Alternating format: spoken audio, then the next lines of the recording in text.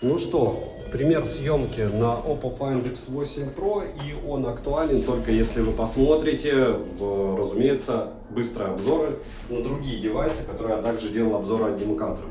То есть Samsung S25 Ultra, S24 Ultra, S23 даже Ultra был на этом канале. Посмотрите, больше 100 обзоров в подобном формате. Можете отключать звук. Это ультраширик, это телевик X3, это телевик X6. И сразу могу сказать, что переключение камер меня не радует. Напоминаю, что меня зовут Саня, канал Польза Стримы, Польза Лайв. Польза Стрима мы прожаривали этот смартфон на Польза.нет. Основном есть обзор полноценный на этот смартфон, и это Oppo Find X8 Pro. И вы можете 1000 раз говорить, что они его ухудшили, 1000 раз говорить, что это не Ультра 7, которую вообще очумеешь продавать, я ее продавал. И новые тоже, я закупился просто Oppo-ми прошлыми. И это была, конечно, печаль, они висели очень долго, пришлось продавать дешевле. Сейчас, разумеется, любыми способами и средствами непопулярные Oppo старые хотя бы пытаются продать на фоне нового. Ни новый, ни старый я вам не советую сразу покупать, потому что нулевая ликвидность. Но если вы хотите вот прям Oppo непопулярный попробовать, то почему нет?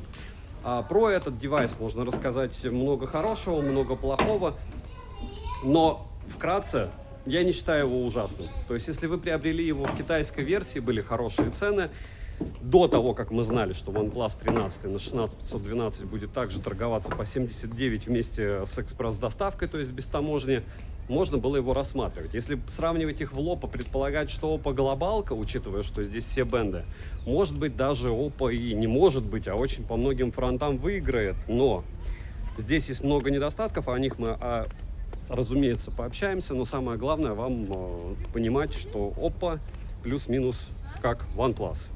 И что Oppo, что OnePlus китайские могут быть заблокированы. Как мне говорят, где ты видел Oppo заблокированный? Я в руках держал Oppo K12 заблокированный, а потом мне в сервисе говорили, что, друг, он для Китая, поэтому пошел ты в топку. Поэтому каждый, кто покупает бренд Oppo, заранее говорю, что будьте аккуратны. Не забудьте, кстати, подписаться на телеграм-канал скидок по ссылке в описании. Там сейчас у Алишки на Ленинге, это кроссовки очень классные, кстати. Ну, не только кроссовки, еще есть кофты, куртки, много их бренда. Китайский Nike.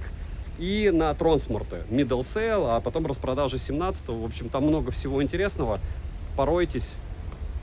Кому интересны прикольные штуки, я думаю, что будут рады. И поможете этим каналу. И не забудьте подписаться на телеграм Взаимопомощи.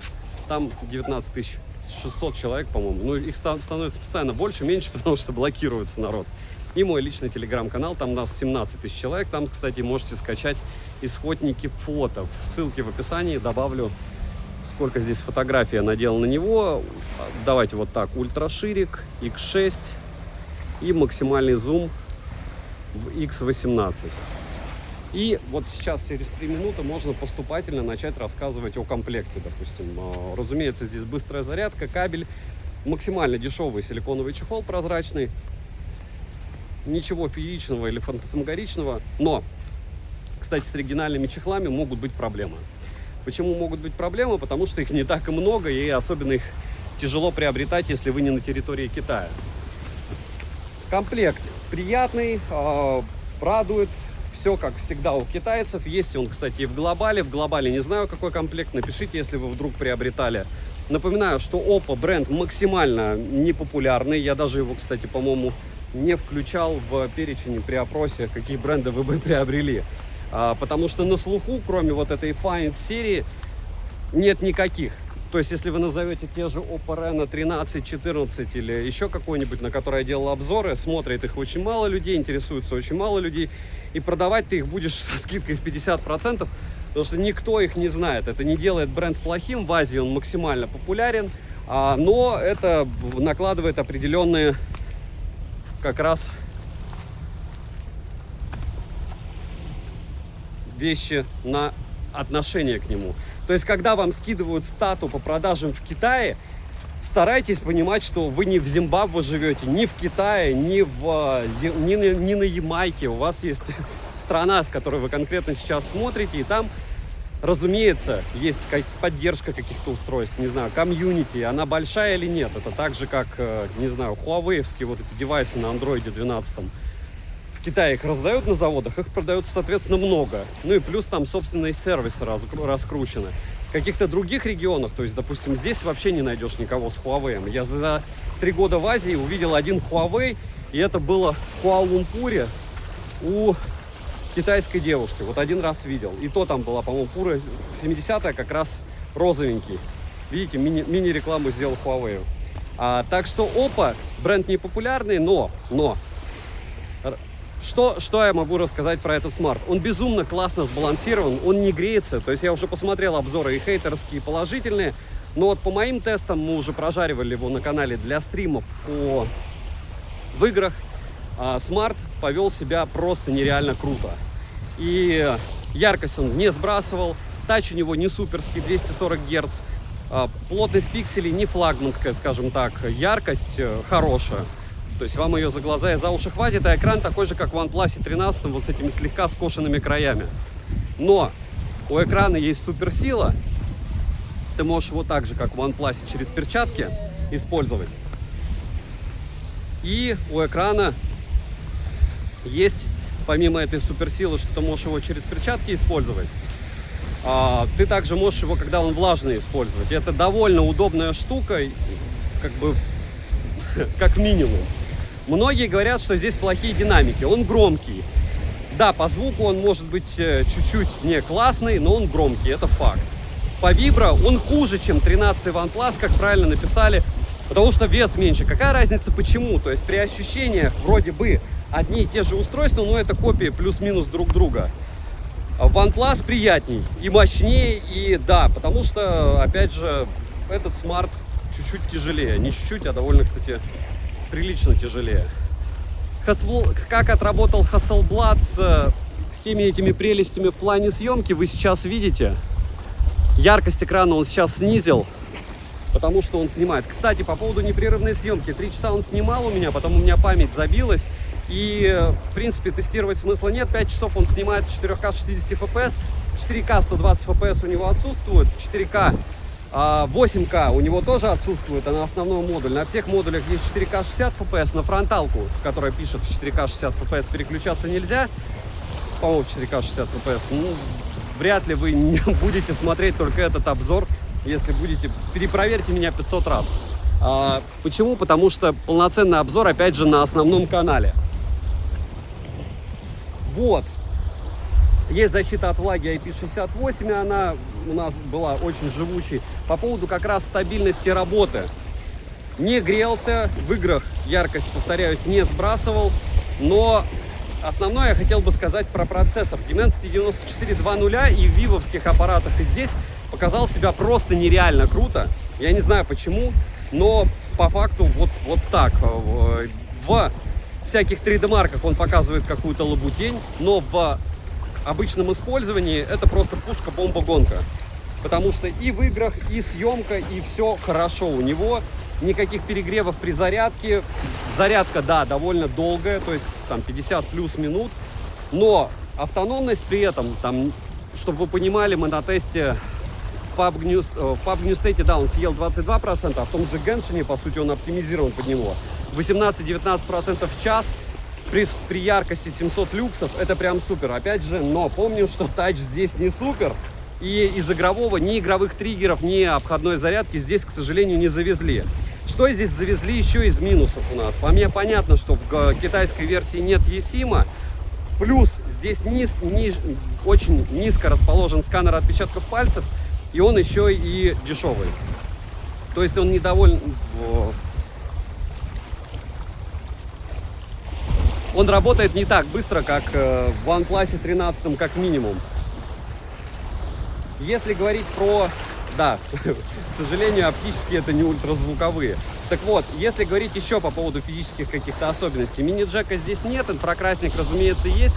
А помимо этого у нас здесь кнопки расположены довольно высоко, но к этому ты постепенно привыкаешь. Плюс есть качели-регулировка громкости, и плюс есть вот эта сенсорная кнопка.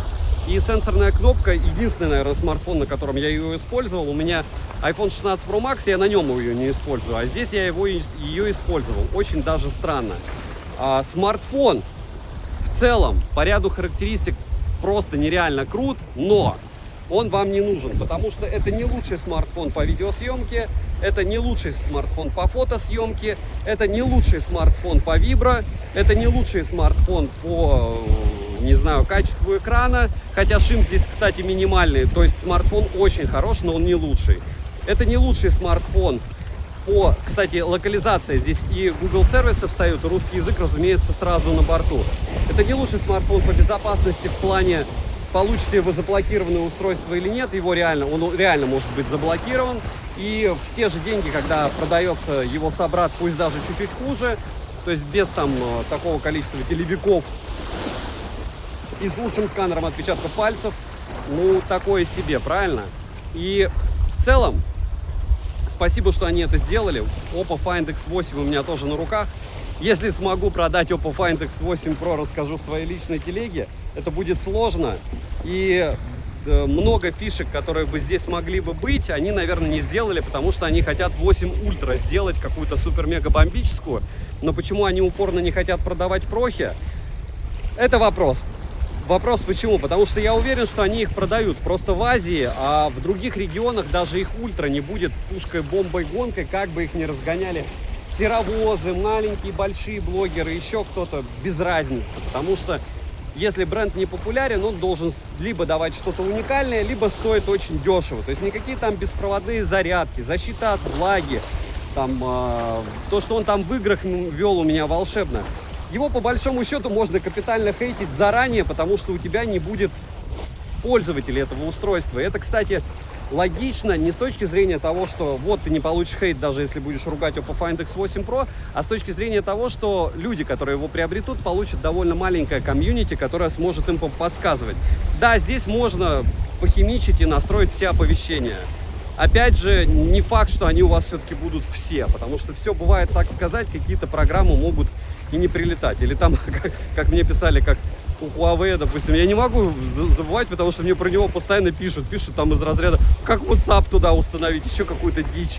И вот целый год, и сейчас выйдет новая линейка, буду ее покупать, буду вам рассказывать, буду также смеяться, что Pro-версия, как там 70 Pro вышла за 90, а потом продавалась на Авито по 43-42. Я такой, ничего себе, нормально за 6 месяцев в 2 раза. Так бы айфоны падали, я бы их через полгода покупал и тестировал. Вот. Но Oppo — это бренд, у которого есть русский язык, есть Google сервисы, есть все бенды.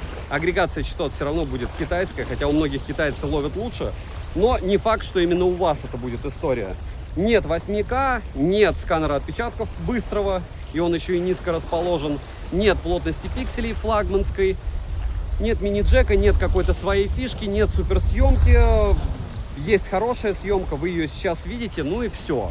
Все, я надеюсь, что что-то интересное рассказал. Единственное, все претензии, которые я видел о нем из разряда перегревов, глюков, не знаю, там, со съемкой каких-то лютых проблем. Мне это интересно, почему народ снимает, правда, в 1080p очень часто в примерах на аппараты, которые поддерживают 4К.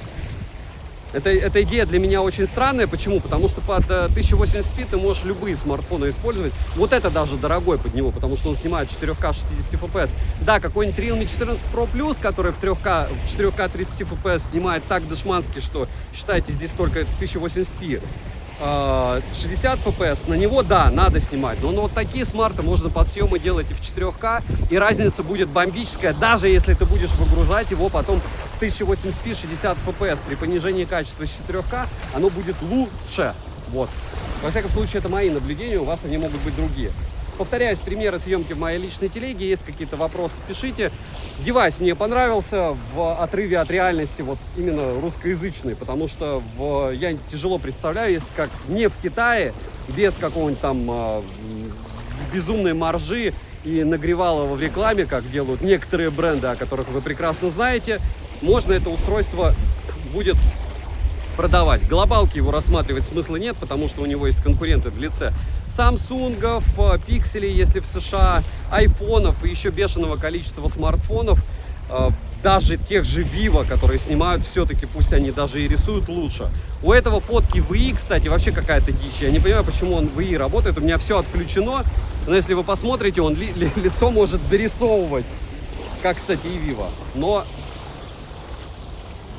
Будем считать, что пока стагнация. Может быть, что-то поменяется. Девайсу от меня однозначно да, но не для покупки. Добра и удачи вам, дорогие друзья. Кстати, вот, давайте покажу. Ультраширик X1, X3. Обычно на солнце я так при закате показываю. X6. И обратно на ультраширик. А то оставлю без вот этого контента. О, ничего ж себе, на ультраширике видите часть. А что это он видит на ультраширике? Интересно, это он кусок штатива видит, прикиньте. Главное, на основе не видел. X3, X6, вот это угол 120, по-моему, градусов. И X18 максимум. Все, на ультраширик всем добра и удачи.